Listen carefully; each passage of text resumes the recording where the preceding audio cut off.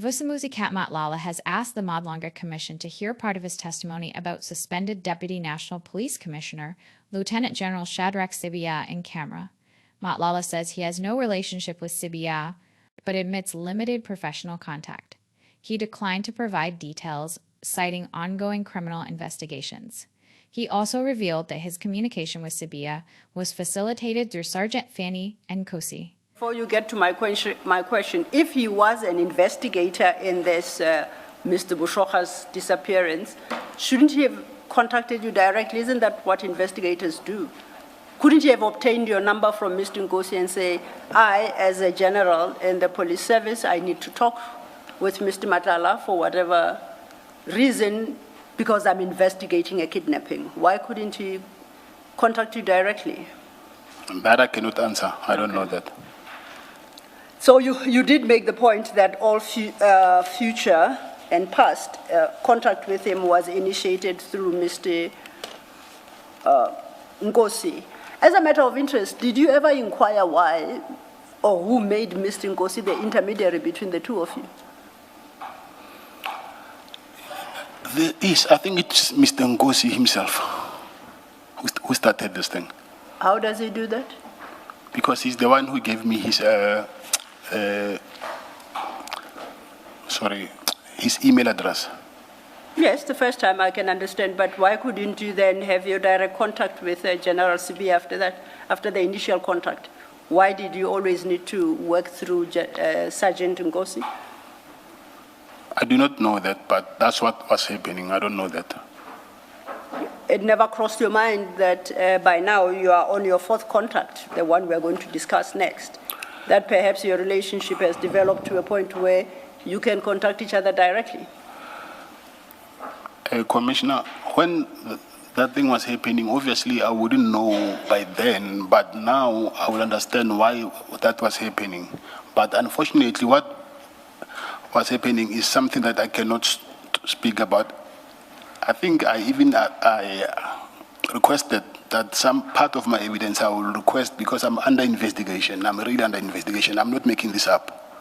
So I asked that maybe if it's possible that I can, some of my testimony can be in private, because I cannot risk incriminating myself. That I cannot do. Does Mr. Bushoka's kidnapping have anything to do with Medicare 24, which we know is the case you are currently facing in Medicare 24? Yeah. You have always invoked Medicare 24, and I'm interested to find out now whether Medicare 24 is relevant to the issue of the kidnapping of Mr. Bushoka. No, it's not. Okay, so Medicare 24 is out of the way. So what is the basis on which you cannot speak? You say you're under investigation by who and for what? Junior will now understand and not shake her head. Thank you very much. Thank you, Chairperson. Thank you, Chair. While on that point, perhaps it is necessary that we play a clip. This is an interview of Mr. Khanyago, the spokesperson of the NPA. And in the course of that interview, he commented about the legal status of the two documents that we are currently debating. With your leave, Chair. Mr. Matlala, if you could listen carefully to Mr. Khanyago's comments there. The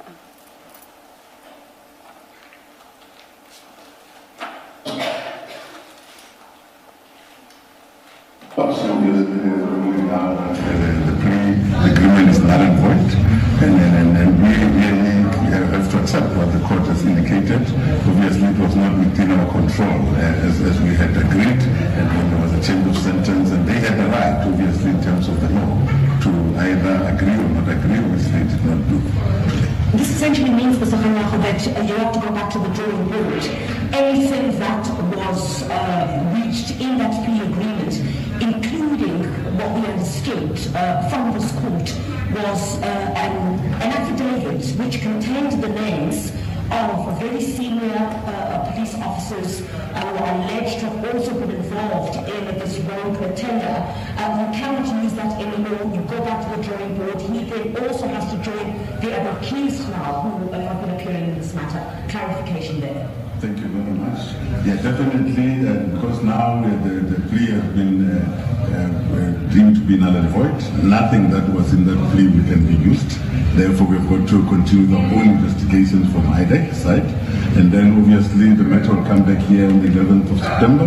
And what will then happen is we'll then ask for the court to then rejoin him as accused number one in the other case so that he can now be tried. Because by not accepting the plea, he's basically saying, I will want to go full force with the trial. Therefore, that's what is going to happen.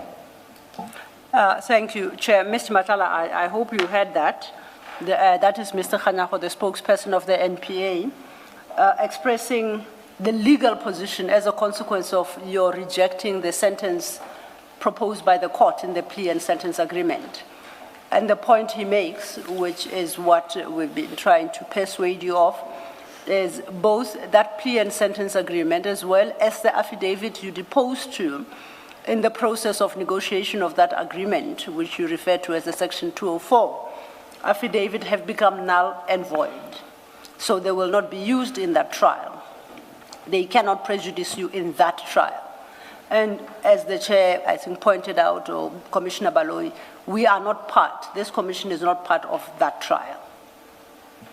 On that basis, Chair, I would seek to refer Advocate Missy in particular to Regulation 10, sub 6, which provides that for the purposes of conducting an investigation, the chairperson may direct any person to submit an affidavit or affirm declaration or to appear before the commission to give evidence or to produce any document in his or her possession or under his or her control which has a bearing on the matter being investigated, and such person may be examined by the chairperson or an evidence leader.